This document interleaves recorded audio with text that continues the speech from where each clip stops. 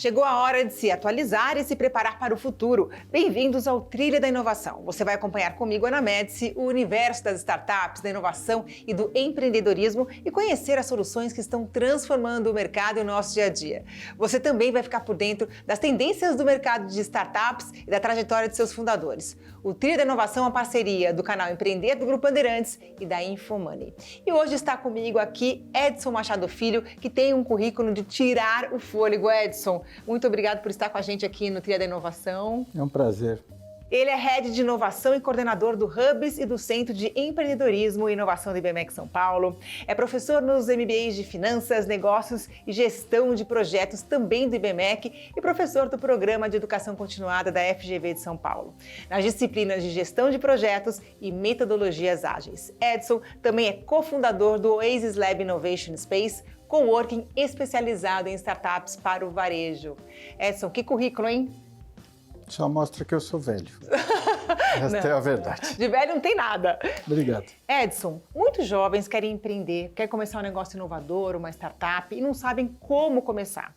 E eu queria que você contasse pra gente como que funciona um hub de inovação dentro de uma universidade. Um hub de inovação, não só dentro de uma universidade, mas como a gente faz, ele tenta trazer uma sequência lógica de conhecimento, porque é o grande diferencial. Uma universidade traz conhecimento, que é o grande gap. Então é pegar uma ideia, transformar um produto em um negócio e ajudar este negócio a go to market, a escalar com fundos. Esse é o grande diferencial, porque o conhecimento tem que estar do lado de quem quer empreender. E esse é o grande gap que a gente tem e que sempre teve quando a gente quis empreender lá atrás, né? Quando eu era universitário, você fala, quer empreender, quem pode te ajudar? Isso mudou muito, né? Eu acho que as universidades, se pega 20 anos atrás, 25 anos atrás, até 15 anos atrás, você não tinha esse ambiente que existe hoje de colaboração, de startups, onde o jovem pode empreender, pode levar suas ideias e começar desde cedo. Isso mudou muito também, né, Edson? Porque hoje uma universidade, principalmente como é a nossa no IBMEC, ela se coloca como uma escola de negócio.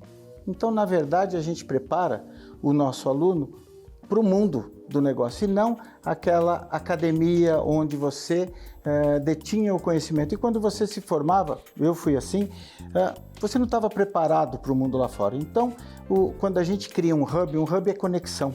A gente traz o mundo lá de fora para dentro da universidade. A gente traz as empresas para dentro da universidade. A gente traz fundo de investimento para dentro da universidade e traz um contato direto. Desde o primeiro ano, existem empresas que trazem suas dores. Como é que nós vamos fazer? Eu falo que é um ambiente controlado, ou seja, a gente fala com amor o que o mercado vai dizer sem amor lá na frente. Então, a gente consegue acolher, a gente consegue capacitar para que ele possa, quando sair, quando for um aluno formado, ele possa entender esse mercado de uma forma mais clara. Então, é isso que a gente faz lá. Como é que começou esse movimento no IBMEC, o Hub? Como é que foi esse início ali? Hoje, em São Paulo, existem 2 hubs, né, do IBMEC, um que é na Faria Lima e um que é na Alameda Santos. Eu queria que você contasse um pouquinho desse início, como é que foi fazer todo esse movimento ali dentro de uma universidade tão grande.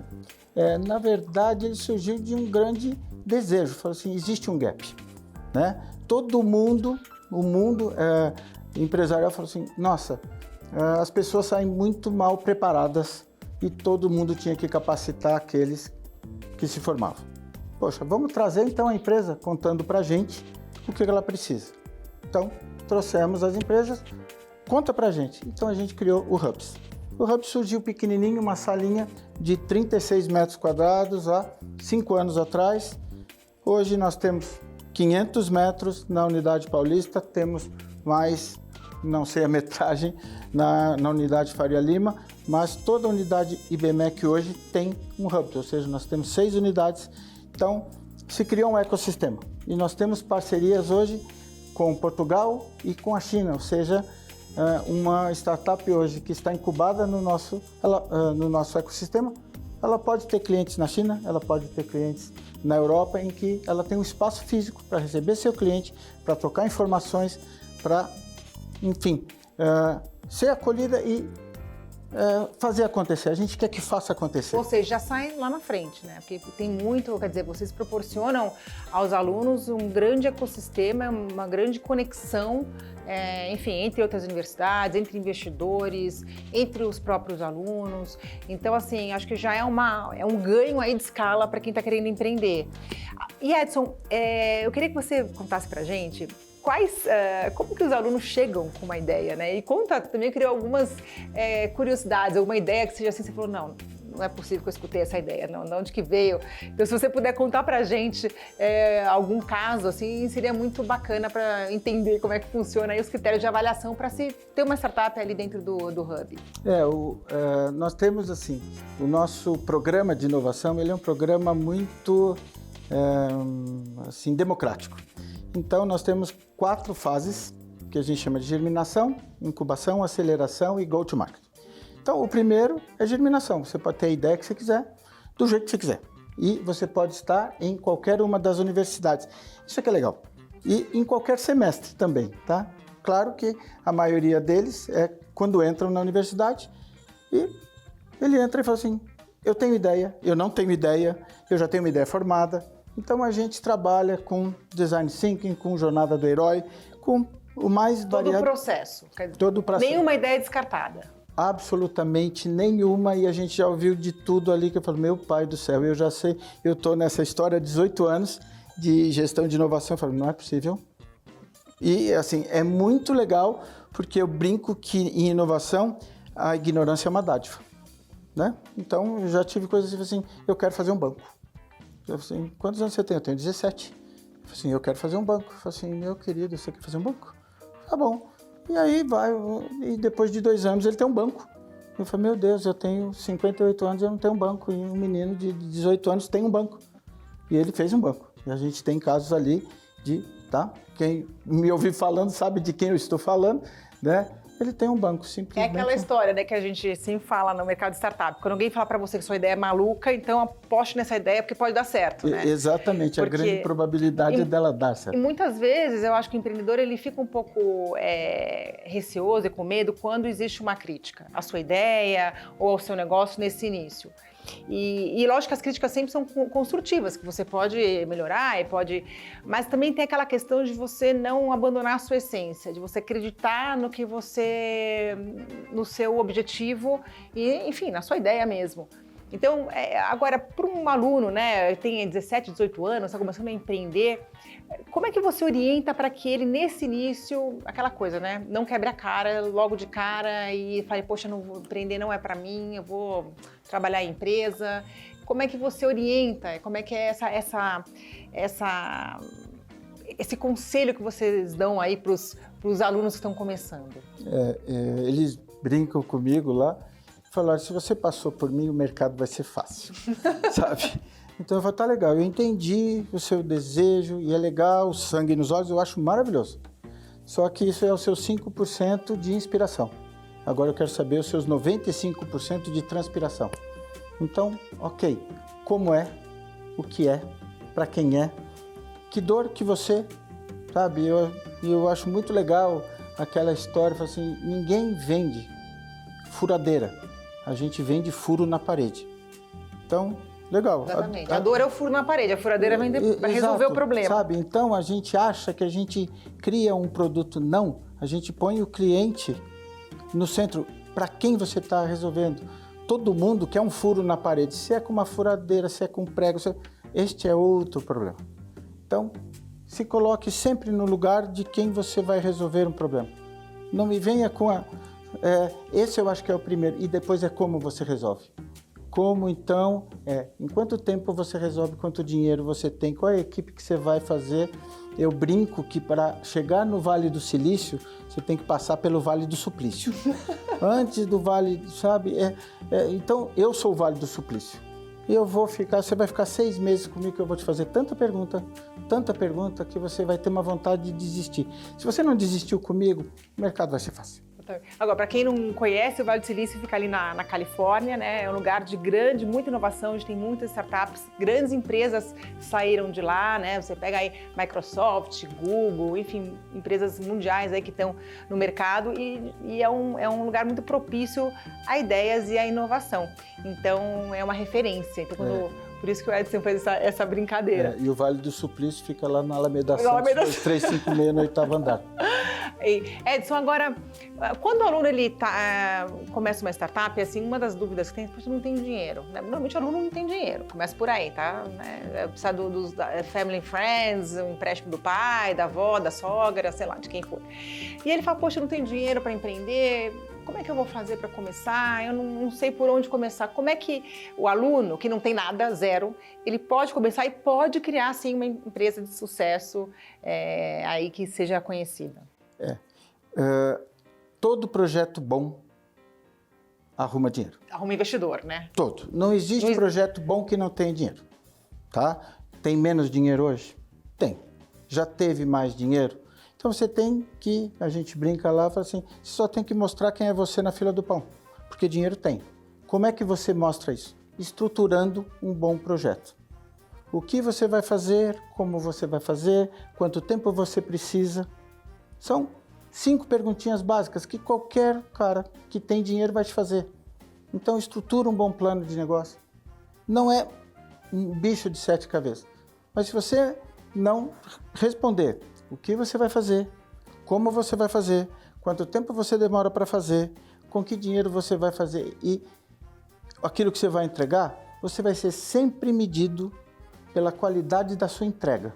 Não importa quem você seja, você falou, por isso que eu te disse, quando você falou, nossa, um currículo dele, ele não tem o menor, se eu for, vai ser o que eu entregar amanhã. Não importa, aquilo só diz o que eu fiz antes. Eu vou fazer um projeto, é o que eu entregar amanhã. E, aliás, você que está nesse ambiente de universidade, eu acho que isso mudou muito também, né? A questão do estudo, do currículo. Antigamente você, enfim, era importante ter vários diplomas, passar por várias faculdades, enfim. E hoje é tão rápido que tudo muda, e o ensino muda, e a informação está aí cada vez mais rápido, principalmente agora com a inteligência artificial. Que, assim, o importante é realmente você fazer. Você tá ali no dia a dia e aprender na prática. Então, essa mudança no mercado, eu acho que a gente vivenciou. Eu queria que você falasse um pouquinho sobre isso, sim, né? Sim. Como é que os alunos, eles lidam hoje com essa transformação, com essa quantidade de informação que chega até nós? Hoje, a maior competência que se exige de qualquer pessoa é a capacidade de gerenciar times e a capacidade que você tem de resolver problema. Como você faz isso? Se você fez MBA, se você estudou, se a vida te trouxe isso, realmente é a qualidade do que você entrega. Então, é o que eu sempre falo com eles, a gente tem que ter um arcabouço de conhecimento, porque vai te ajudar na decisão, na tomada de decisão, você vai tomar mais rápido, você não vai precisar errar tanto, mas lá na frente é a qualidade da sua entrega, é como você faz as coisas. Quanto mais rápido você fizer em menos tempo, com menos erro, mais você vai usar aquele dinheiro do seu investidor. Porque quando o dinheiro é menor, cada real que o cara te der, você vai ter que fazer ele virar 2 ou 3. Essa é a sua capacidade de gestão. Eu acho que gestão é a palavra mágica dessa história. Porque uma boa ideia com uma má gestão é uma má ideia. Uma ideia mais ou menos com uma boa gestão, é uma excelente ideia. Vai dar retorno para o investidor, você vai ficar feliz, todo mundo vai ficar feliz. Você vai ser o cara, você vai sair na Forbes, Under 30, você vai ser o máximo. Agora, uma excelente ideia mal gerida, você vai arrumar emprego. Bom, Edson, a gente vai para um intervalo, já a gente volta. Eu quero saber mais sobre essa questão das universidades, dos hubs, dos alunos, das startups, porque é um ambiente muito rico, muito inovador. Então a gente volta daqui a pouquinho.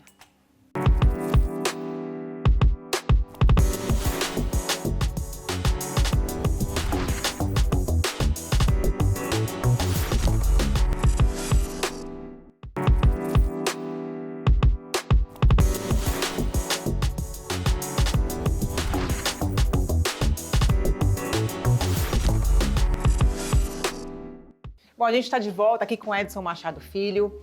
Edson, no bloco anterior você falou sobre a questão da gestão, da importância em se gerir bem um negócio. E aí eu acho que entra também na questão dos soft skills, da sensibilidade das pessoas, né? Quer dizer, não é só o que você sabe fazer como, assim, no dia a dia, na prática, como teórico, e sim a sua habilidade para fazer negociação, para conseguir um investidor, para gerir pessoas. E aí vem uma pergunta, como preparar os jovens, né, que estão aí, saindo da adolescência, para esse mercado, para essa realidade? Como é que você que tem tanta experiência nesse mundo, né, aí das universidades, quais as dicas que você daria para quem fala, poxa, eu tenho um filho aí, está com 13, 14 anos e tem que preparar ele para o mercado está mudando constantemente? Isso é engraçado, porque eu sou... apesar de respirar inovação de manhã, de tarde, de noite, eu acho que a gente tem que voltar lá atrás, sabe?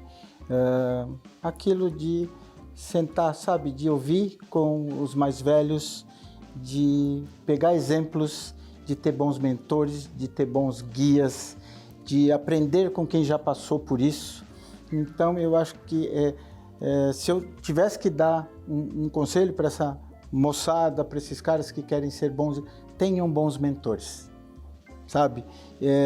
Aí eu tento, na medida do meu possível, assim, escute, sabe? Vou lá atrás, tem um provérbio budista, eu costumo, os meus mentorados, assim, eu sempre tenho uma historinha para contar, então se fosse para a gente falar mais do que ouvir, a gente nascia com 2 bocas e não com 2 ouvidos, né? Então, escuta e pratica. E agora eu quero abordar com você um assunto que, assim, sobre inteligência artificial, né? A gente, recentemente, apareceu o ChatGPT, que é uma ferramenta de inteligência artificial que você entra aí no site, pede para ele fazer qualquer coisa, né?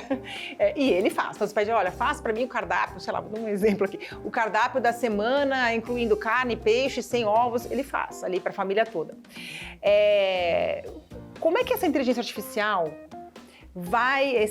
essa nova ferramenta pode ajudar nessa questão aí do Open Innovation, da forma como as conexões vão ser feitas, da forma das trocas de ideias, vai ajudar, vai atrapalhar? Como é que você vê a inteligência artificial? Porque eu acho que de agora em diante vai ser uma escalada, vai ser exponencial. Vai. Então a gente tem que se preparar para isso. Vocês têm discutido isso no ambiente universitário? Sim. Conta pra gente um pouquinho. Bom, eu sou um fã de inovação, acho o máximo tudo, né? Então, quando veio isso, aí, lógico, eu tenho amigos, professores universitários, acadêmicos, falam, nossa, acabou, meu Deus, vamos escrever artigos acadêmicos em 10 minutos, e vão. Agora, você mesmo disse, se eu fizer a pergunta errada para ele, a resposta vai ser errada. Você tem que saber analisar o que você está perguntando. Você tem que ter o conhecimento para saber se a resposta está sendo boa ou não, né? A pergunta certa vai ser sempre feita por um humano. Mas será que ele não vai chegar num nível que ele vai ter tanta informação que dificilmente ele vai te dar uma informação errada? Porque Tudo assim, bem. A inteligência artificial aprende com ela mesma. Tudo né? bem. Mas eu vou te dar um exemplo muito claro, tá? Eu fiz essa experiência fazendo personas da dor e tal, e eu falei, eu vou fazer a pergunta clássica, persona, onde mora nível social de um determinada dor. Então, onde mora nível social, nível de estudo, onde mora. Ele me deu 2 personas que moram no castelo, nível social alto, têm 48 anos, são ingleses e o que mais que eles tinham em comum? Foram casados 2 vezes, não parecem pessoas iguais? Parece. Então, um é o rei da Inglaterra, o outro é o Ozzy Osbourne. Eles têm 10 características absolutamente iguais. Os 2 moram no castelo, os 2 são ingleses, os 2 têm 48 anos, os 2 têm um poder aquisitivo altíssimo. Eles têm o mesmo... Mas são personagens diferentes. Completamente diferentes no sentido de você traçar um perfil de compra deles 2. Exatamente. Ele me deu, falou assim, esses 2 aqui são iguais. Eu falei, pois é, eu fiz a pergunta errada. Uhum. Então, aí que tá. Você também tem que saber fazer a pergunta. Tem essa outra outra parte. Eu acho parte. que aí é onde nós estamos. A pergunta errada vai trazer a resposta errada. E ele estava absolutamente certo no critério que ele fez. Então, enquanto eu sempre acho que a inteligência não está na resposta. A inteligência está sempre na pergunta. E sempre, né? Não só... Sempre. Né? O cara inteligente não é aquele que sabe responder. O cara inteligente é aquele que sabe perguntar. Exatamente. Então, pronto. Então, enquanto a gente souber perguntar, pode vir o computador que quiser. Quando a gente não souber mais perguntar, eu acho que a gente pode ficar, né? Aí a gente pode ficar preocupado. Enquanto a gente souber perguntar, não me preocupa. Edson, e por falar em pergunta, eu vou fazer uma pergunta para o Amaury Pinho, que entende tudo sobre startup. Amaury é empreendedor, investidor anjo e fundador do Investidores VC. Amaury, qual a dica que você daria para os jovens estudantes universitários que querem começar um negócio escalável e inovador? Conta pra gente. Olha, Ana, se eu fosse jovem, eu aproveitaria esse fato para pensar em coisas que já estão no nosso presente, mas que estão determinando o futuro. Como, por exemplo, novas tecnologias, como a inteligência artificial. Escolhe um problema dentro desse universo, cara, começa a pesquisar sobre inteligência artificial, começa a entender sobre ChatGPT, por exemplo, e quem sabe você não vai extrair problemas que você consegue resolver utilizando essa tecnologia. E aí, ao invés de construir o produto todo na mão, talvez você consiga pensar num jeito mais rápido de ajudar quem tem esse problema, ao invés de sair construindo na sua cabeça. Por exemplo, será que já não dá para você criar um produto usando as ferramentas que já existem? Em vez de você criar um super aplicativo onde as pessoas se comunicam lá por dentro, o seu produto não pode ser um relacionamento através do WhatsApp, um chatbot automático no WhatsApp para entregar as coisas que aquele cliente precisa? Ou até antes, ao invés de ir para a tecnologia, será que no início você não tem que pegar essa solução que você está pensando, pegando quem tem esse problema no braço e tentando resolver o problema dele na prática? No início, construa menos e tente resolver o problema de alguém. Edson, eu quero saber de você o seguinte. Eu queria exemplos de startups que saíram do Hubs ou que estão no Hubs e que estão aí fazendo sucesso, que estão crescendo. Porque muita gente às vezes fala, poxa, mas universitário, estudante, está começando um negócio. Dá alguns exemplos para a gente entender a capacidade, né, desses negócios. Olha, eu acho que assim, a gente teve uma que é a mais, assim, que é uma de um robô, que é uma humanização de robôs com humanos. Simplesmente é um robô que conseguiu cancelar uma conta de telefonia celular. Acho que todos sabem o quanto isso não é simples, né? E isso foi tão legal que ganhou o prêmio de inovação de Cannes. Um robô, para esse robô conseguir cancelar, perguntaram 12 vezes o CPF do robô e 7 vezes o nome da mãe do robô. Só para você ter uma ideia do que foi difícil. E o que aí você fala, tá, mas isso não é tão relevante. Mas essa mesma startup que ainda está lá com a gente, foi uma das primeiras, a gente está lá há 4 anos, ela ainda continua com a gente. No Covid, ela usou esse mesmo robô para conseguir fazer o que a gente chama de atendimento N1, N2, que é o primeiro atendimento para quem ligava para um grande hospital para o Covid. Ela fazia 15 mil atendimentos simultâneos. Nossa. Então é uma coisa muito legal. Imagina o que você colocar 15 mil PAs, ou seja, 15 mil pessoas atendendo o telefone, né? De um dia para a noite, que foi assim, onde eu posso ir, eu estou com sintoma, ou seja, se dirigir.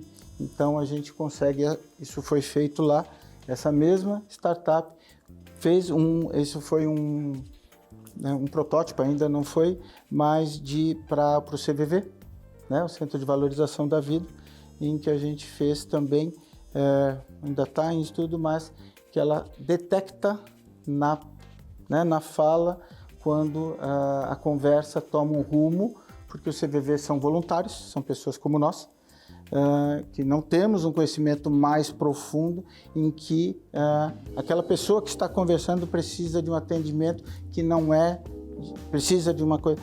O robô detecta através do uso de palavras-chave, fala assim, olha, nesse espaço de tempo, essa pessoa usou palavras não tão corriqueiras, ela desliga da gente e põe a ligação para uma pessoa mais especializada para continuar a ligação.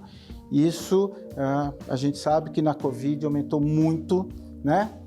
Então, veja como parece uma coisa boba de... Mas que resolve várias dores, vários problemas. Né? A gente teve uma startup lá, assim, uma startup de aluno, uma coisa que acontece uma startup que fazia blind interview. Ou seja, você fazia as suas primeiras entrevistas de emprego sem saber, mudando a voz e sem ver quem era. Ou seja, você não tinha nenhum viés de masculino, feminino, de cor de pele, de altura, de gordo, magro, alto, baixo, até você ir para... Então você ia passando pelo que você falava, pelas suas características, pelas suas soft skills, até você chegar lá. Também foi de aluno que foi lá e hoje simplesmente essa startup faz de grandes organizações tipo Ambev e Unilever, tá? Então isso é muito legal, nasce ali. Assim, putz, é uma ideia legal, é uma coisa que às vezes eles sentiram na pele de alguma forma, e isso é muito legal quando você traz uma experiência sua e fala assim, poxa vida, eu sinto assim, mas tem um monte de gente que sente assim, né? E a gente faz isso de uma forma que se eu sinto, alguém sente, né? Então, trazer aquilo para um outro universo que não é só a gente. Então, eu me sinto muito feliz, hoje a gente já está com a 50ª startup incubada dentro daquele espaço, ou seja, de aluno. Então, a gente está muito feliz nesse caminho que a gente está trilhando lá. Edson, parabéns pelo trabalho. Muito obrigada por estar com a gente aqui no Trilha da Inovação. E a gente se vê na próxima. O programa Trilha da Inovação está chegando ao fim. Todas as quintas, às 11h30 da noite, a gente tem um encontro marcado aqui no Canal Empreender para falar sobre inovação em startups. O programa é uma parceria entre o Canal Empreender, da Band e da Infomoney para levar até você muita informação de qualidade. A gente se vê no próximo programa.